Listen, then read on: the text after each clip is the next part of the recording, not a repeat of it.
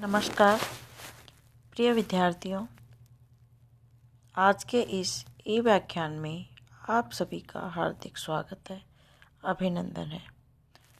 बच्चों, आज हम बीए तृतीय वर्ष के द्वितीय प्रश्न पत्र के अंतर्गत विदुर नीति का अध्ययन करना प्रारंभ करेंगे।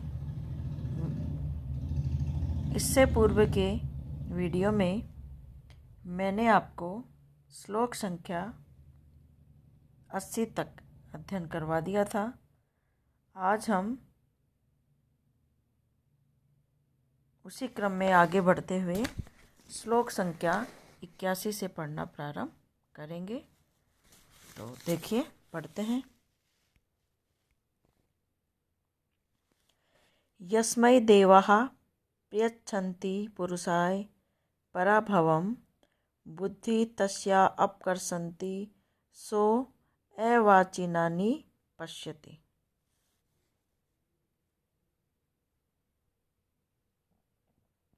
अन्वय देखिए। देवाः यस्मै पुरुषाय पराभवं प्रयच्छन्ति तस्य बुद्धिम् अपकर्षन्ति सः अवाचिनानि पश्यति। शब्दार्थ देखिए। यस्मै जिसे, देवाः देवता लोग, प्रयच्छन्ति देते हैं, पुरुषाय पुरुष के लिए, पराभवम पराजय, बुद्धिम बुद्धि को, तस्य का अर्थ होता है उसकी, अपकर्षन्ति हर लेते हैं, सह का अर्थ होता है वह, अवाचिनानि नीच कर्मों को, पश्यति देखता है। देखिए,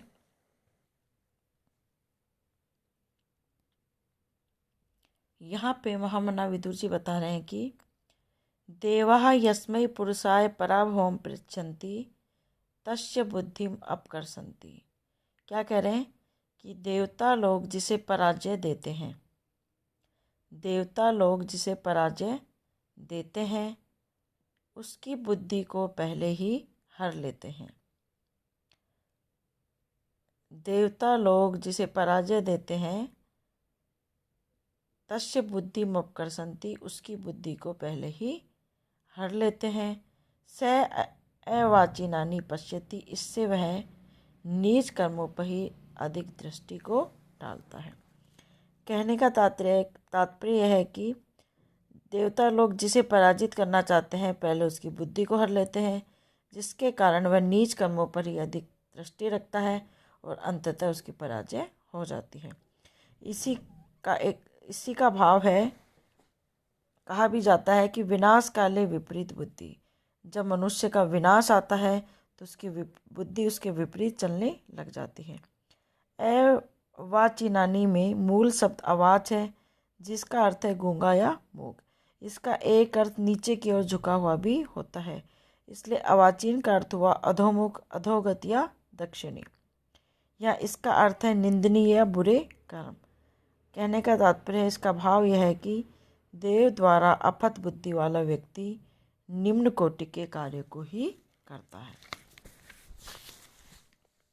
अगला देखिए। बुद्धौ कलुष भूतायां विनाशे प्रत्युपस्थिते अनयो नय संकाशो रिध्यान अपसर्पति।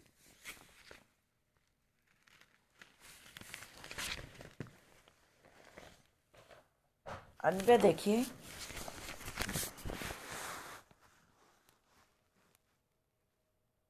विनाशे समुपस्थिते बुद्धौ कलुषभूतायाम् अनयः नयसंकाशः रिध्यात् न अपसर्पति। विनाशे समुपस्थिते बुद्धौ कलुषभूतायाम् अनयः नयसंकाशः सन रिध्यात् न अपसर्पति। शब्दार्थ देखिए। बुद्धौ बुद्धि के, कलुष भूतायाम मलिन हो जाने पर, विनाशे विनाश काल, प्रत्युपस्थिते समीप उपस्थित हो जाने पर, अनयः अन्याय, न्याय संकाश है न्याय के समान, हृदयात् हृदय से न अपसरती दूर नहीं होता है। क्या कह रहे हैं देखिए कि विदुर जी यहाँ पे बता रहे हैं कि विनाशे समुपस्थिते, विनाश काल उपस्थित हो जाने पर बुद्धौ कलुष भूतायाम, मनुष्य की बुद्धि कलुषित हो जाती है, मलिन हो जाती है। फिर तो न्याय के समान प्रतीत होने वाला अन्याय हृदय से बाहर नहीं निकलता है। क्या कहना है कि जब विनाश काल उपस्थित होता है तो बुद्धि मलिन हो जाती है, उसके बाद न्याय के समान ही प्रतीत होने वाला अन्याय जो है वह हृदय से बाहर नहीं निकलता है, नहीं निकल पाता है। यहाँ बता रहे हैं कि बुद्धि का स्वच्छ होना अति आवश्यक होता है। निर्मल बुद्धि में विचार पवित्र और कल्याणकारी होते हैं। इसके विपरीत मोह के कीचड़ में फंसी रहने वाली बुद्धि मलिन होती है, उसमें पार पहुँचने का बल नहीं रहता है। मोह के दलदल को पार करने वाली बुद्धि ही जगत में कुछ करने योग्य बनाती है। मोह में फंसी हुई बुद्धि रोग शोक तथा विकारों से घिरकर क्षीण हो जाती है। उसमें विषयों के आक्रमण रोकने की शक्ति नहीं रहती है। मोह के साथ अनृत, दुरित और विषय विकारों की सेना भी रहती है। मोह के दबते ही दुर्गुणों की सेना भी दब जाती है, अन्यथा अन्याय भी न्याय के समान दिखाई पड़ने लगता है। अगला देखिए,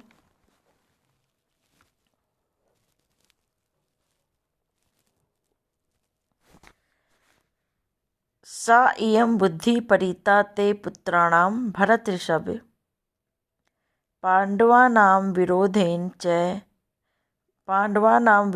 न च एना अवबुध्यसे। अन्वय, भरत ऋषभ सा इयं ते पुत्राणां बुद्धि पांडवानां विरोधेन परिता जाता त्वं च एता न अवबुध्यसे। शब्दार्थ देखिए, सा इयं वही, बुद्धि, परिता विपरीत, ते पुत्राणाम तुम्हारे पुत्रों की, हे भरत श्रेष्ठ धृतराष्ट्र, पांडवानाम पांडवों के विरोधेन विरोध करने से, न का अर्थ नहीं, च का अर्थ और, एनान इन्हें, अबुद्ध से समझाते हैं। क्या कह रहे हैं यहाँ पे महामना विदुर जी धृतराष्ट्र को संबोधित करते हुए कह रहे हैं कि हे भरत ऋषभ, हे भरत श्रेष्ठ, हे महाराज धृतराष्ट्र, सा इयं ते पुत्राणां बुद्धि पांडवानां विरोधेन परिता।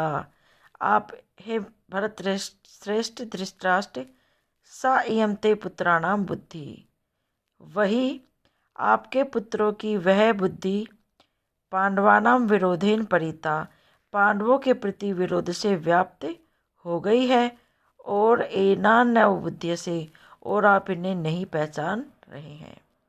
कि हे महाराज धृतराष्ट्र, आपके पुत्रों की वह बुद्धि पांडवों के प्रति विरोध से व्याप्त हो गई है और आप इन्हें पहचान नहीं रहे हैं। क्या कहना चाह रहे हैं कि हे धृतराष्ट्र, आपके पुत्रों ने न्याय और अन्याय का ध्यान रखे बिना ही पांडवों का विरोध करना प्रारंभ कर दिया है, और आप इस कृत्य को अनुचित समझते हुए भी इनका विरोध नहीं कर रहे हैं, उनके साथ पक्षपात कर रहे हैं। यह आपके लिए उचित नहीं है। अगला, राजा लक्षण संपन्न त्रैलोक्यस्य अपि यो भवेत् शिष्यास्ते शासिता सो अस्तु धृतराष्ट्र युधिष्ठिर। अन्वय देखिए, धृतराष्ट्र यह लक्षण संपन्न त्रैलोक्यस्य अपि राजा भवेत् ते शिष्य स युधिष्ठिर शासिता अस्तु। राजा का अर्थ होता है नृपति। लक्षण संपन्न है, राज लक्षणों से संपूर्ण या युक्त, त्रैलोक्यस्य तीनों लोकों का जो स्वामी होता है, यह का अर्थ होता है जो, भवेत हो सकता है, शिष्य ते तुम्हारा शिष्य अर्थात आज्ञाकारी, शासिता शासक, स वह, अस्तु का अर्थ होना चाहिए। धृतराष्ट्र, हे धृतराष्ट्र, युधिष्ठिर, युधिष्ठिर। देखिए यहाँ पे क्या कहा जा रहा है। यहाँ विदुर जी कह रहे हैं अपने नीतिगत विचारों को बताते हुए, संक्षिप्त में बताते हुए, यहाँ पे वो कह रहे हैं कि हे महाराज धृतराष्ट्र, यह लक्षण संपन्न त्रैलोक्यस्य अपि राजा भवेत् ते शिष्य स युधिष्ठिर शासिता अस्तु। कि हे महाराज, जो राज लक्षणों से संपन्न होने के कारण तीनों लोकों का भी राजा हो सकता है, वह आपके आज्ञाकारी भी है, और वही इस पृथ्वी का शासक होने योग्य है। कौन? युधिष्ठिर। कि वही आज्ञाकारी युधिष्ठिर ही इस पृथ्वी का शासक होने के योग्य है। विदुर जी यहाँ अपने नीतिगत विचारों को संक्षिप्त में बताते हुए धृतराष्ट्र को संकेत दे रहे हैं कि और वास्तविकता से अवगत करा रहे हैं कि कौरवों और पांडवों में युधिष्ठिर ही सम्राट बनने के योग्य हैं, संपूर्ण राज लक्षणों से संपन्न है और त्रिभुवन के स्वामी होने के सारे लक्षण उनमें हैं, तो वही युधिष्ठिर सम्राट बनने के योग्य है। अगला,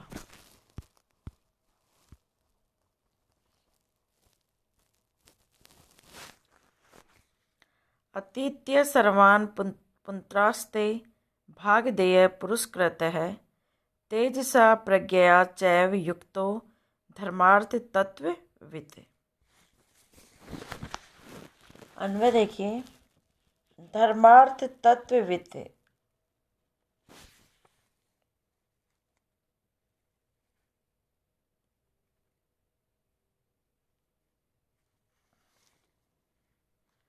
देखिए, वह युधिष्ठिर धर्मार्थ तत्वविद।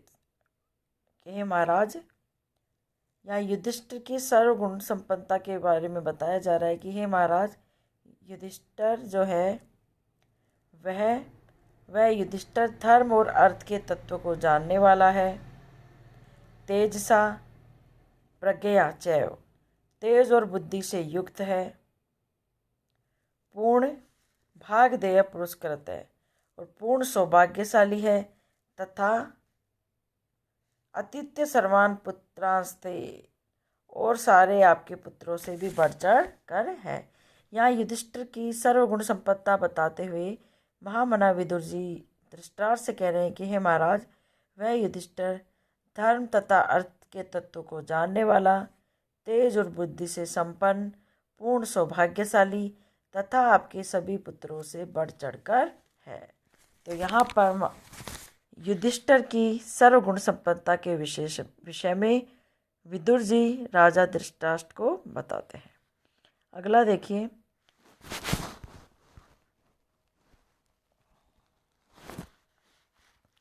अनुक्रोशात्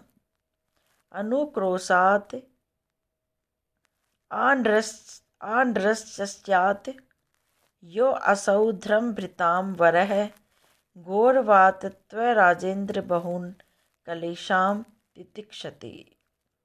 अन्वय, राजेंद्र, यह असौ धर्मभृतां वरः अनुक्रोशात् आंड्रस्यात् तव घोरवात च बहून् कलेशान् तितिक्षति। राजेंद्र, हे राजाओं में श्रेष्ठ,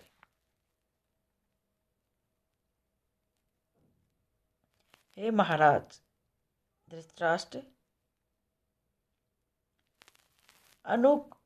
यह असौ धर्मभृतां वरः अनुक्रोशात् आंड्रस्यात् त्वघोरवात च बहून् कलेशान् तितिक्षति। अनुक्रोशात् दया के कारण, आंड्रस्यात् अक्रूरता के कारण, दया के कारण, अक्रूरता के कारण, यह असौ जो यह, धर्मभृतां धर्म पालकों में, वरह श्रेष्ठ, गौरवात गौरव या संपन्न का भाव रखने के कारण, त्व आपके प्रति, राजेंद्र, हे महाराज, बहुन अनेक, कलेशान कष्टों को, तितिक्षति सहन करता है। क्या कह रहे हैं कि हे राजेंद्र, हे महाराज धृतराष्ट्र, धर्मधारियों में धर्मव्रताम वरह अनुक्रोशात्, कि धर्मधारियों में श्रेष्ठ युधिष्ठिर दया, सौम्य भाव तथा आपके प्रति गौरव बुद्धि के कारण बहुत कष्टों को सहन कर रहा है। क्या कह रहे हैं कि युधिष्ठिर के बारे में बता रहे हैं कि वह युधिष्ठिर जो धर्मराज कहा जाता है वह समुचित ही है उनके विषय में, क्योंकि उन्होंने कभी भी अपनी शालीनता का परित्याग नहीं किया। उनके चरित्र की इस विशेषता को विदुर जी समझते थे और उन्होंने धृतराष्ट्र के सम्मुख भी अपने ये विचार सामने रखे।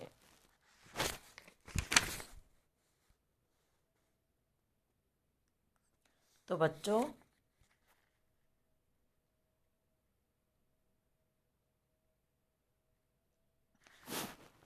आज इतना ही। और आज जो है हमारा विदुर नीति का 34वां अध्याय जो है